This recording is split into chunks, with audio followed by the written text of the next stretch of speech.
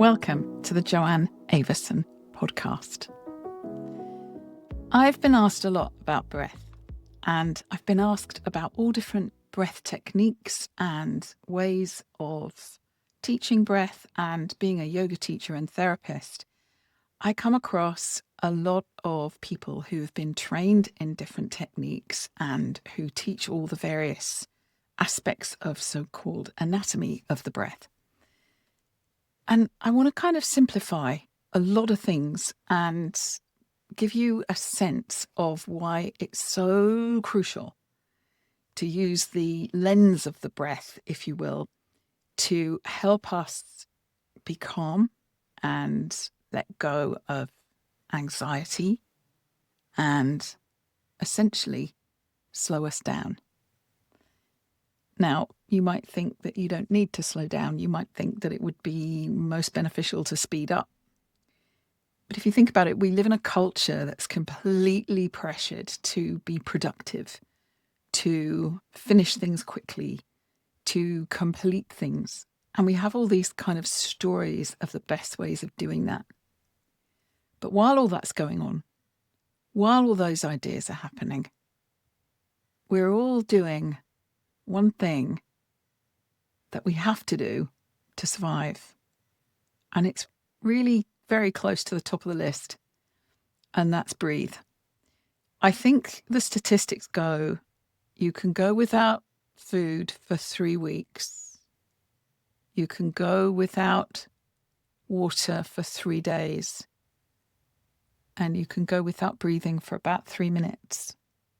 So on a timing basis, what does that information tell us?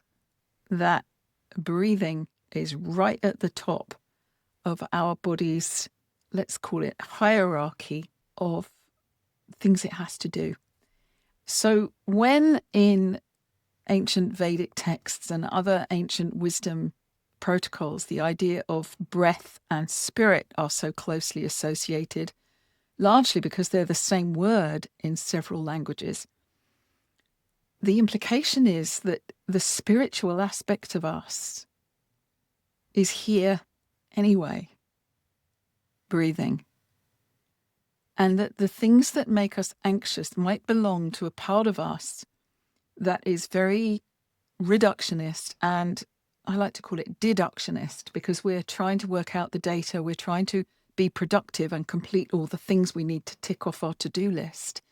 We're trying to make sure that we finish what we start. We're trying to be a better person than we were, perhaps, or we're simply trying to make our day work. I don't know about you, but I fret about, am I eating the right things? Am I drinking enough water? Am I moving enough? Am I da-da-da-da-da? And I sometimes wake up to almost, it's like a curriculum in here of what's required. And I can get quite anxious just about thinking, am I doing the right thing? Am I doing enough of the right thing? Have I scored enough points to complete whatever my list of things I have to do is? And that's before we get into judging how other people might judge us for our standard of living or our choice of travel or whatever information we're bombarded with through social media. All of that is very organized around knowledge and reasoning. And we find the classical anatomy of breathing gives us all the data we could possibly want on which muscles are involved, which aspect of us must do this, that, or the other thing in order to make the breath optimized, whether we should breathe in through the nose and out through the mouth, or in through the mouth and out through the mouth, or in through the nose and out through the nose, and how many breaths per minute that we're supposed to do, and. We have all that data. And yet, we've survived for aeons as a species, regardless of that data. It wasn't the data that gave us life. The data gave us information about life. And I think that when we relax a bit and simply bring ourselves present through breathing, that we shift into a different time zone from past lists generated by intellectual information that's been historically gathered and now accessed for many of us by AI. You can ask AI about the breath and you'll get all sorts of information. Some of it might even be conflicting. But anyway, the truth is that you are alive, denoted by the fact that you're breathing and moving in present time, right now. And the other aspect of us, something we might associate more with our right brain awareness of proprioception, which is our self-perception, our self-awareness, our understanding of where we are in space. The left brain might want measurements, but the right brain registers very clearly, partly through the fascial matrix, where we are. So I know roughly how far I am from my microphone. I know where my desk is. I know how far I am from the lights. And if I make a gesture, I do more than register visually where things are around me. We have sensory receptors throughout our tissue that know what motion we're doing and register it. And all of that, micro movements within us, the motility of our organs, our pulse, all of our internal systems, and the fabric of the form or the architecture that holds those all in place has to breathe to be alive. And moving and breathing are pretty up there. What I found is that the simple understanding that the breath can change how we feel and the time frame in which we see or sense or become aware has been, I think, one of the most profound game changers for me. And if I'm super honest, I have to say that learning loads of different formal breath techniques in yoga sometimes helped and sometimes didn't help, because I found myself trying to do them properly. And there's lots of people teaching breath techniques, and sometimes they're very loud and noisy and dramatic, like Wim Hof's work, for example. And they're very brilliant for certain body types and certain cultural situations. However, one type of breath doesn't fit all at all times. So there's research to suggest that the feminine body has a very different relationship to temperature and to speed and timing and to hormonal responses that are very different in the female body to the male body. And there are all kinds of variations on those themes. But generally speaking, the fascia matrix is affected by them, and it also affects them. So what we come down to is this profound connection between the tissue and the rate at which the tissue moves.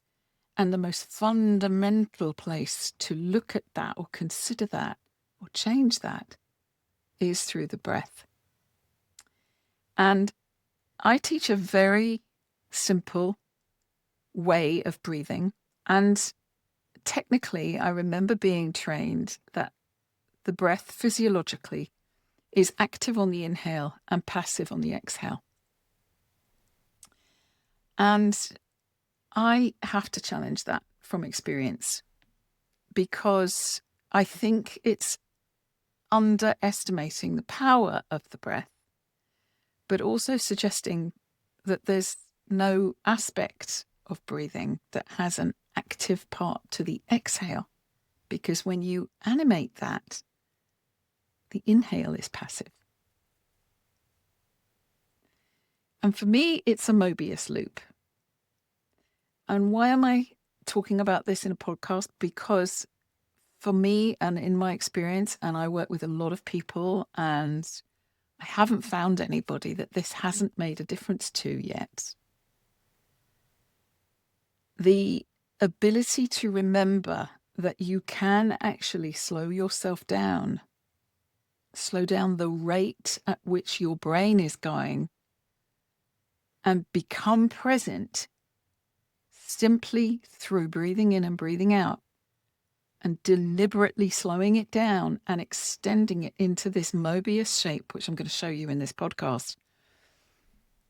You can give yourself a slightly clearer view, a moment when, let's call it the nonverbal aspect of us, the awareness of us, the part of us that doesn't have all the words, but does have all the awareness, and actually has the awareness of bliss, remembers how important it is. And for me, this is compared very directly with a poem or a piece of music. When you read a poem, the way the words are used, the spaces between them, the pauses between the lines, has a rhythm and a rhyme to it of sorts. I'm not saying it has to be rhyming couplets, but it has a pattern. A piece of music has the essential spaces between the notes that allow us to sort of enter the nothingness and then emerge from it, and then enter it again and emerge from it. And the pacing of those sound waves is so important, because if it was just one continuous sound, it would not give us the variation that is life itself.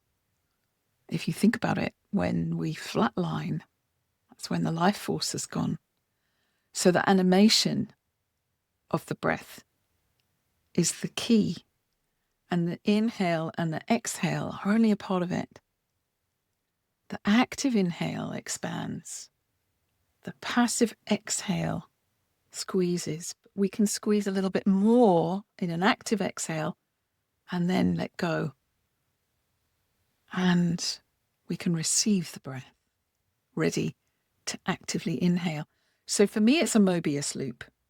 And those of you who've listened to the podcast, and please click the subscribe button and listen to some of the others, because there's some gorgeous things about time and lovely pieces on all kinds of aspects of the body between me and Paul, my Fascial Magic in Action, and also my very dear friend Shane McDermott, talking about time. He talks about linear time and cyclical time and resonant time. And I'm offering you this podcast to think about the breath as being a Mobius loop. The history, the mystery, the magic in the middle is the way I plan all my books. And it's like entering that shape with our breath. And let me do it with you. Practice with me, and you'll see what I mean. So just, you can rest your tongue on the roof of your mouth, or close your throat to breathe in through your nose and out through your mouth. It doesn't have to be heavy or noisy, but when you're practicing, it's nice to do it very obviously. Now, the key to start with is simply to do equal timing. Inhale, exhale. Nothing more. Inhale through the nose, exhale through the mouth. And think of that as one side of the loop.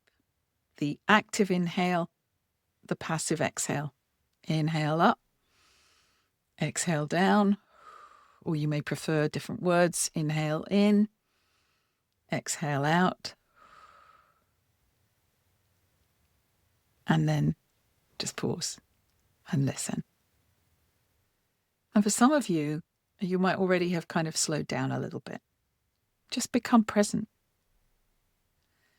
And now we're going to add a little tweak so that when we get to the end of the exhale, we add a squeeze. So we inhale through the nose, exhale through the mouth, and then take that exhale right down into your belly and squeeze. And the next inhale comes in passively. And you can actively expand and exhale. And then actively squeeze. And the inhale just pops in. Now, we're going to try that again, because it doesn't come straight away, because we think of the breath as in, out, in, out. And I'm asking you to add to that, to extend that, to take a little bit more time with that breath. And imagine that what you're giving your brain is access to both sides. The side that talks and holds the dictionary, your left brain, and the side that goes into bliss when it can. You have to give that side time, because you have to be curious about that. The mystery lives there. So resting the tongue on the roof of the mouth, inhale with me. Exhale, release. Keep going and squeeze. Let go. In through the nose, then we add a little bit more. And squeeze. And release is in. And then we can expand the in. And then we can exhale and let it go. And then we squeeze and actively exhale. Rest your tongue. Passively inhale. Then expand a little bit more. And exhale. And take a break. You'll have a bit more oxygen going around. You might have kind of sensations. Your body's going, oh my goodness, there's some serious oxygen in here, because your body's registering, your fascia is registering, your tissue's registering. Your connective awareness is listening. This fascia is the listening process. Why do I say that? Well, the human body is formed under tension. It's called technically a pre-stiffened architecture. So if you open your hand, you can see that really clearly. The tendons in the back of your hand are a bit like the spokes in an umbrella in a way.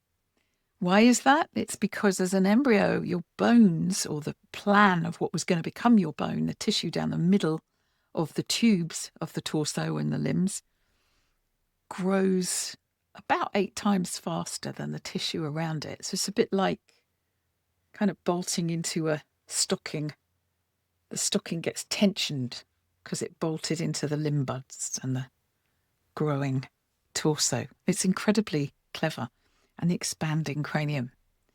And so the inner part of us, the inner tubular network of us that's going to become bone, grows much faster than the tissue around it. So it tensions it. It's fascinating. But what that means, what's a pre-stiffened architecture, is a little bit like an instrument in an orchestra.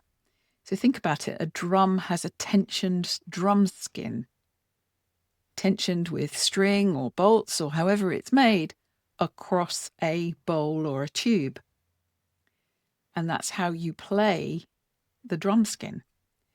The strings of an instrument are tensioned over the architecture of the violin or the viola or the cello. And wind instruments have variations on how tubes and holes in the instrument move air through them. And all of that comes together to create different sounds. And that's exactly how our body works.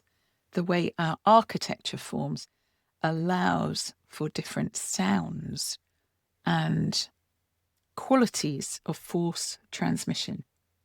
So think of a trombone in the orchestra. Somebody blows into a trombone with a very specific kind of force of their breath, and then moves the architecture of the instrument, the pre-stiffened part, to make a particular kind of sound. You beat on a drum in a particular way. You strum or use a bow on a string instrument to sound it. But think of a harp, the actual architecture of the harp is what we would call a pre-stiffened architecture. That has to be tuned. And we are the same. Our fascia, if you like, forms the architecture that allows for the soundscape of all the different parts of us. John Sharkey calls it the auditorium. And I think it provides the acoustics. And one of the places that those acoustics are really honoured and cleaned and cleared and enhanced is with the breath. Because while we focus on the breath, we're in present time. And I don't know if you've noticed, but we've all slowed down. So let's just go through a little bit more breathing. And we're going to try and even it out now. We're going to try and smooth it a little bit so that the continuum of the inhale, tongue on the roof of the mouth, and the exhale, we just let go, and then we squeeze, becomes active.